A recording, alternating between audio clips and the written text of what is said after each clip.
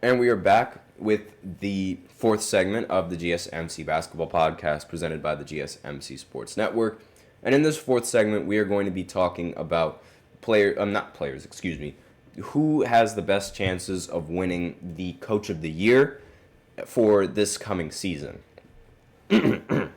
So, this is probably going to be a little bit of a shorter segment than usual just because we are running a little bit low on time. I did spend a lot of time explaining my all-time starting lineup. So this might be one of the a little bit shorter segments. On top of that, I also have class that I do have to go to. And the Coach of the Year award, I want to start out by saying it is one of the more narrative-driven awards. It's like, MVP, you can make an argument, is also narrative-driven, considering how Russell Westbrook won the MVP despite being a 6th seed or a 7th seed. I forgot what seed the Thunder were, but they weren't a high enough seed for him to be even considered for the MVP. But aside from that, or at least usually be considered for the MVP, it's usually the most narrative-driven award. So the 2022 and 2023 and 2023 to 2024 Kings are nearly identical in every aspect, but the 2022 to 2023 version won 2 more games and had a net rating of 0.8 points higher than the previous year. But it also dealt with a few more injuries after having a very healthy 2022 to 2023 season. Their roster continuity was almost perfect. 8 Kings players played more than 1,000 minutes during the 2022 and 2023 season, and 8 of them were on the roster for the entire following season. Now, on paper, these were very similar seasons. After the first, Mike Brown won Coach of the Year unanimously. After the second, he did not receive a single vote. So it's not like Mike Brown was a significantly worse coach in his second season with the Kings, but the goalposts had to be moved. So there's a lot of narratives when talking about Coach of the Year. And they were supposed to be good in his second season. They slipped a few seeds because of just, the overall health of the roster, but otherwise the quality of his coaching can't be said to have declined. Again, it's very, very similar performances with what won him the Coach of the Year award, but he didn't end up winning it the next year. So it's very narrative driven, this Coach of the Year award. And this is what you sort of have to remember when you're picking on who you think is going to be the Coach of the Year. So you have to sort of look for a story for the coach.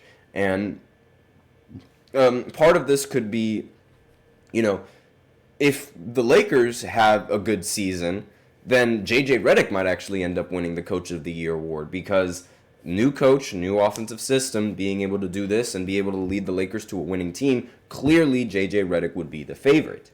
And so it has to be like a very specific kind of story in order to draw that narrative out on who wins the Coach of the Year. And Scott Brooks in 2010, he led a top 4 seed, and 9 of those 13 winners had been the number 1 seed. But once you trim the field down to those winning teams, the winner almost always comes from an unexpected team.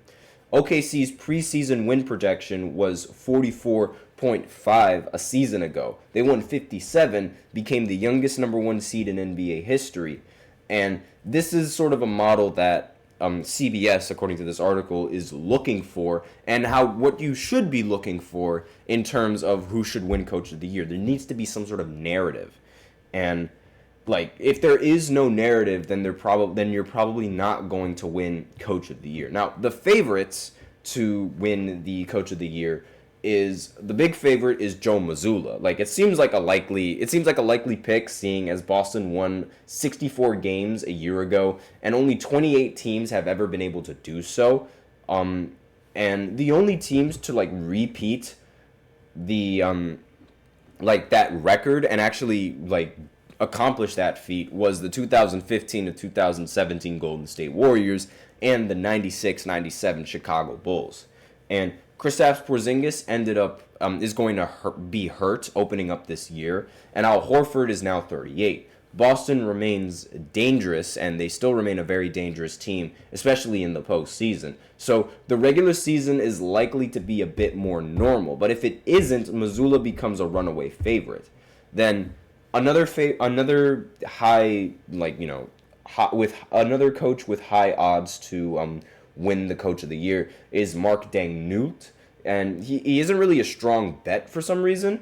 And his win a season ago works against him here as well. You can win this award going from great to historic. Monty Williams did in 2022, for instance, but ended up being, fired later on and is now actually considered a really bad coach on Detroit.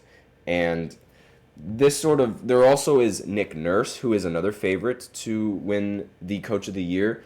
And he falls into sort of a not great pick, but still a rather solid pick, depending on, how good the 76ers can actually legitimately perform in this. So really, determining the Coach of the Year is going to have to be determined by, the narrative. And it's really tough to find one now, especially since we have a 0-game sample size.